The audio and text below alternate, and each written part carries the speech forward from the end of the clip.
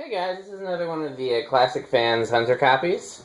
I have a bunch of these, although what I really have is a bunch of incomplete fans, since none of the blades and brackets match. I have 48-inch and 52-inch blade and bracket sets, and then I have motors for 32 through 44-inch fans.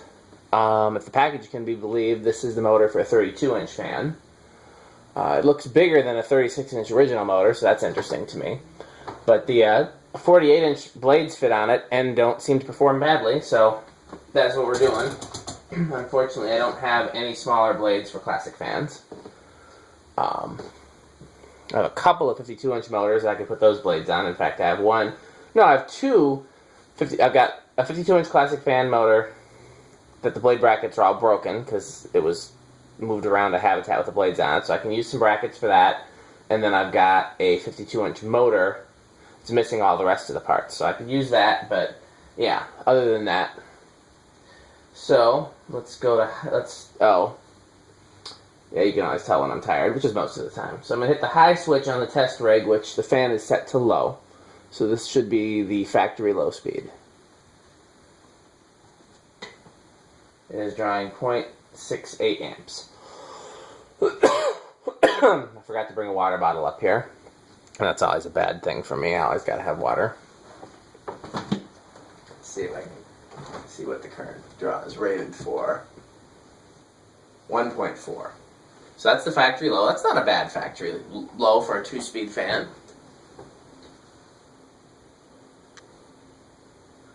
Usually the factory low on a 2-speed fan becomes the medium if you make it 3-speed. Okay, so that's 0.66. High starts at 1.4 and it's dropping. So it seems like that current rating is pretty accurate for the inrush current. Dropping to 0.32. I'll do an airflow test.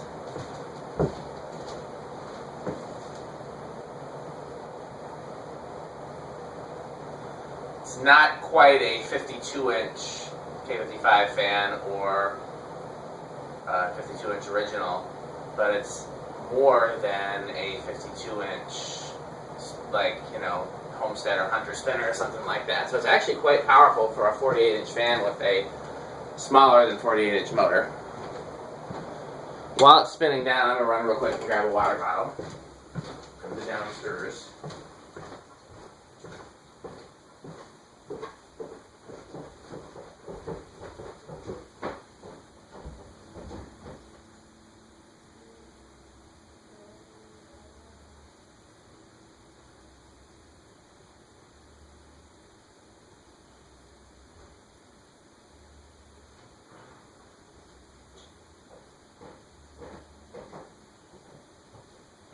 See where we're at.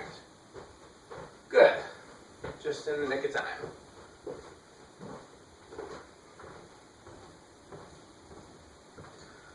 So, legend has it that classic fans copied the patents for the pre-R&M Hunter originals, which is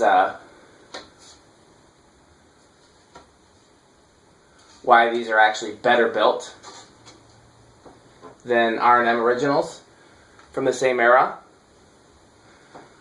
But interestingly enough, they copied the low reverse, 0.68. They copied the reversair brackets and not the adaptaire. So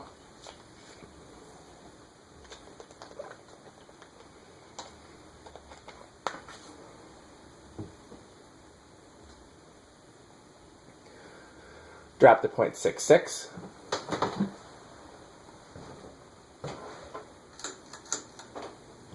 High 1.41.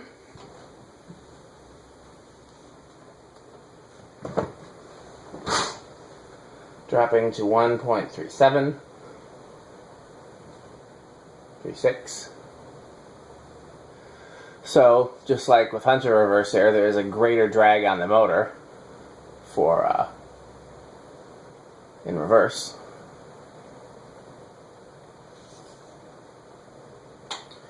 So this is why I was trying to explain when we tested one of these with the metal guys, Metal Andy and Metal Pete. This is why I always test with the rig in reverse, because it's a greater load on the motor.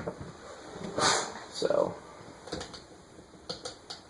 oh, okay. Only started at 6, I think. No, that's 6. Started at 7.41. Is he going to stall? Yes. 8.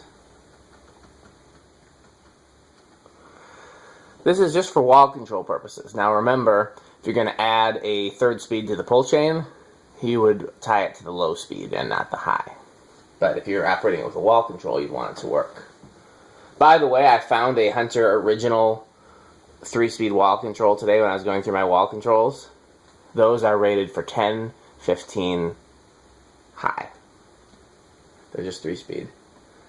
So yeah, if you had an 8, it seems like this will do well with an 8, 12, 20, because 8 makes a good low speed, but let's find out. So that's 0.48, 9.56, 10.63,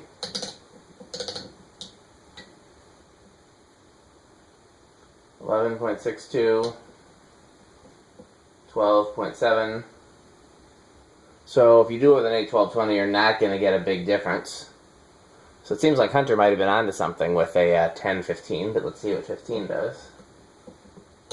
13.78, 14.86, 15.94. That is a bigger difference. It's still a pretty slow.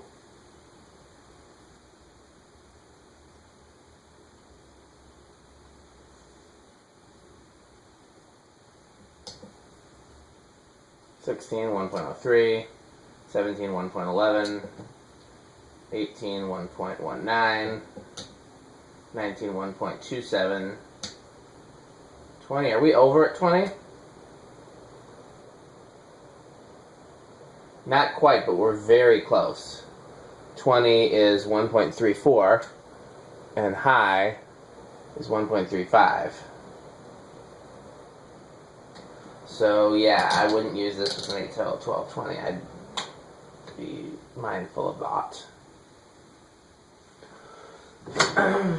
Oh, did this chair just break on me? I didn't even know that can happen. Okay, so then let's try it on the low speed. This is if you're going to be adding a low speed to the pull chain. You would do that.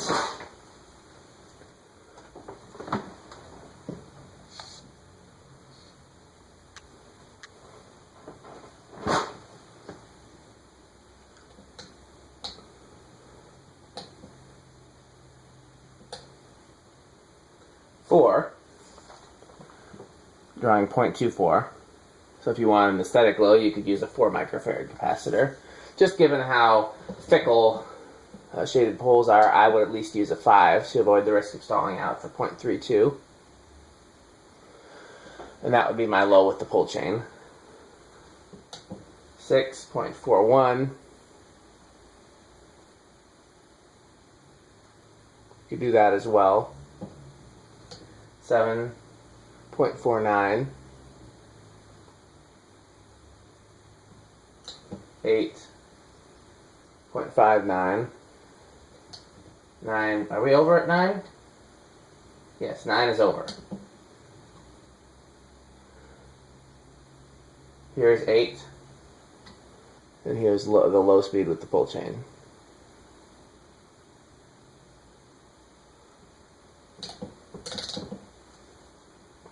So yeah, 5 or 6 would be about your only options there. I'm going to flip the blades back to the solid state.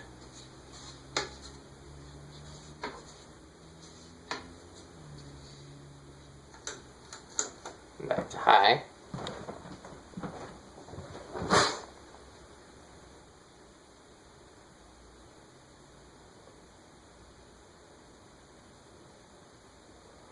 It's at 0.22, but is it going to stall? Probably.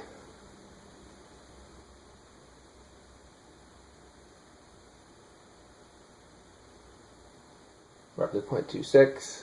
There we go, 0.28.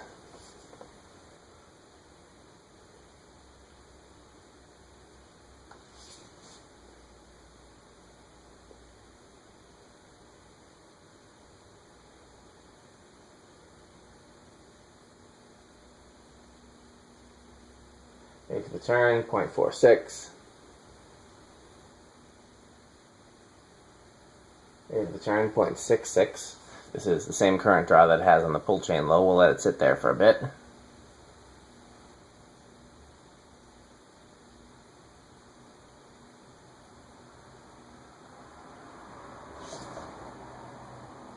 Eighth of a turn, 1.08.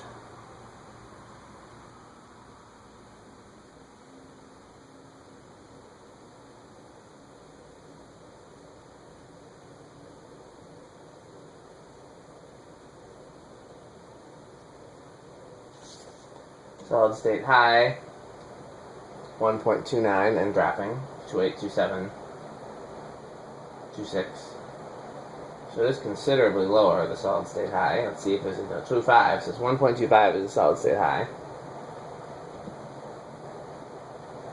1.32 for the direct high. I don't really notice the difference in speed.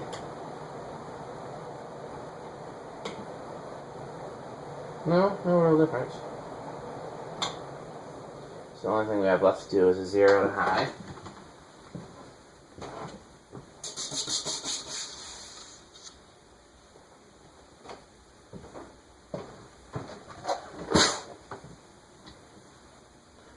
Starts at 1.43 and dropping.